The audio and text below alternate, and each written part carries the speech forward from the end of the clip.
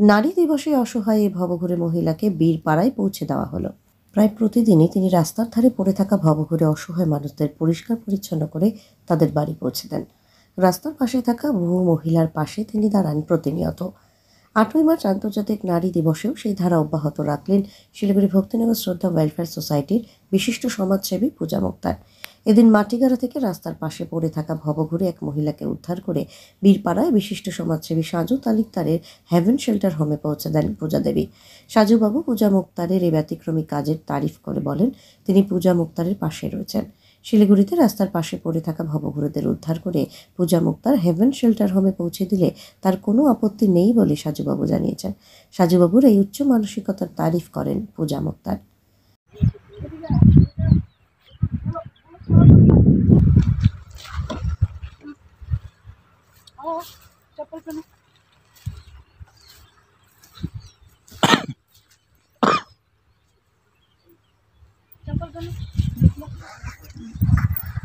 এই যে আজকে আমরা শারদার আশ্রমে বৃদ্ধাশ্রমে এসে পৌঁছেছি। এই যে আপনারা দেখছেন 40 বছরের যে বয়স্ক উনিকে আমরা নিয়ে যাচ্ছি, কারণ ইনি রাস্তা মাটিগাড়া থানার পাশে পড়েছিল। আজকে নারী দিবস, চলো ঠিক না, নারী দিবসের দিন উনিকে নিয়ে আসছি। তো আমরা একটা নারীকে উদ্ধার করতে পেরে আমরা খুব ভালো ইধার মা বেটি নিয়ে না।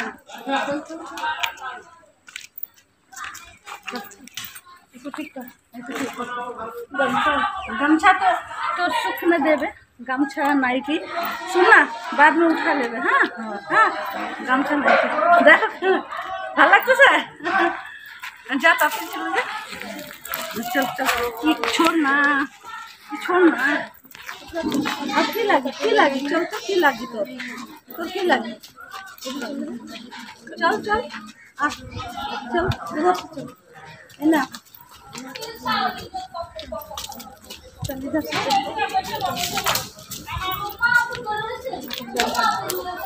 चल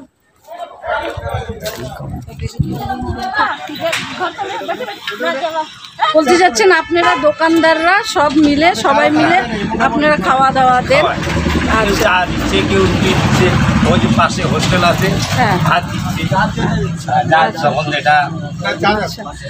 তো খাওয়ার জন্য অসুবিধা নেই, থাকার জন্য রোডে ঘাটে থাকছে বা ওইখানে থানার পাশে যে স্বাস্থ্যকেন্দ্র আছে ওখানে থাকছে, রাত্রে ওখানে থাকে।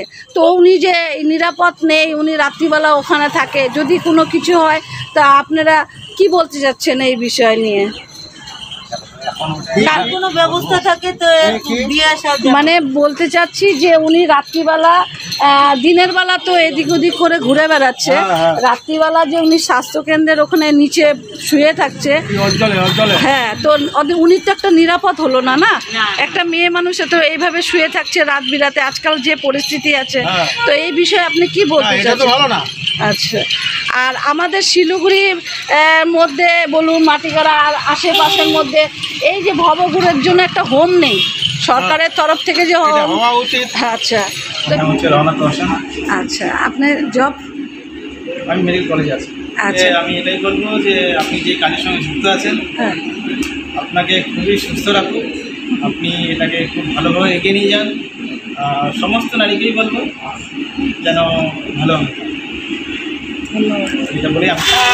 নমস্কার, আমি ভক্তিনগর শ্রদ্ধা ওয়েলফেয়ার সোসাইটির কর্ণধার পূজা মুক্তার। আজকে 5-6 মাস ধরে এক মহিলা, আপনি দেখতেই পাচ্ছেন গাড়ির মধ্যে আছে, হ্যাঁ দেখা যাচ্ছে, কাছে একটু নামাতো, হ্যাঁ, এক মহিলা আছে। তো 5-6 মাস ধরে উনি, এই যে দেখা যাচ্ছে 5-6 মাস ধরে উনি পড়ে আছে, হ্যাঁ। তো এখানকারই যে দোকানদাররা আছে তাকে খাওয়া দাওয়া দিচ্ছে, কিন্তু একটা আজকে নারী দিবসের মধ্যে একটা এমন একটা সুরক্ষা দরকার ছিল যে উনি রাত্রিবেলা, আপনি পিছনেই দেখছেন স্বাস্থ্য বিভাগ আছে, স্বাস্থ্য আছে কেন্দ্র আছে, উনি রাত্রিবেলা ওখানে শুয়ে থাকে। তো রাত্রি আমরা নারী দিবস মানাচ্ছি, সব কিছু করছি, কিন্তু রাত্রে নারী দিবসের মধ্যে এরকম নারীরা রাস্তাঘাটে পড়ে থাকবে। তার জন্যে আমি কালকে যখন এই রাস্তা দিয়ে গেছিলাম, হ্যাঁ, রাস্তা দিয়ে যখন আমি গেছিলাম তখন আমার চোখে পড়লো। তা আমি ভাবলাম যে নারীরা যদি এভাবে অসুস্থ থাকে, নারীদের কোনো সুরক্ষা নাই রাস্তাঘাটে, আজকে যেরকম দিনকাল চলছে, আজকে পাগল প্রগল্পে কেউ ছাড়ে না। তো আমি ভাবলাম যে উনিকে এভাবে না রেখে উনিকে আজকে নারী দিবসের জন্য নিয়ে আমাদের তোমার বীরপাড়াতে সাধুরা বলে আমাদের এক বৃদ্ধাশ্রম আছে দাদার, আমি ওই আশ্রমে নিয়ে যাচ্ছি। উনিও অনুমতি দিছে, আমাকে অনুমতি দিছে যে তুমি এরকমই রাস্তাঘাটে যদি ভবঘুরেকে পাও, কারণ আমাদের শিলিগুড়ির মধ্যে এরকম ভবঘুরের কোনো রাখার জায়গা নেই। আমরা তো পয় পরিষ্কার করি, যারা পোকামাকড় থাকে তাদেরকেও পয় পরিষ্কার করে মেডিকেল পর্যন্ত পৌঁছায়। তো বাই চান্স যদি মেডিকেলে কখনো কিছু হয়ে যায় তো কিছু পাবলিকরাও দুসাথে থাকে আমাদের। তার জন্য আমরা চাইছি যে এখন আমাদের শিলিগুড়ির মধ্যে আমাদের একটা ভবঘুরের একটা ক্যাম্প হোক, ভবঘুরের একটা আমাদের হোম হোক। আমি এটা সরকারের কাছে আমি আবেদন করছি। আর আমি এই ভবঘুরেকে আজকে আমি নিয়ে যাচ্ছি মাটিগাড়ার পাশের থেকে, ওখানে তাকে স্নান টান করিয়ে পয় পরিষ্কার করে, তার যখন একটু মেন্টালিটি বোধহয় ডিস্টার্ব আছে, তার বাড়ির লোক খুঁজবো, আমি পরে যাই লাইভ করব। আগে ভিডিওটা দেখতে পারবেন, আমি লাইভ করব। লাইভের মধ্যে আপনারা যদি কেউ চিনতে পারেন যে এটা অমুকের বাড়ির লোক আছে বা আশেপাশে কাউ যদি চিনতে পারেন, তো আমাদের কন্ট্যাক্ট নাম্বার থাকবে 8918354785। আমি আরেকবার বলছি নাম্বারটা 8918354785।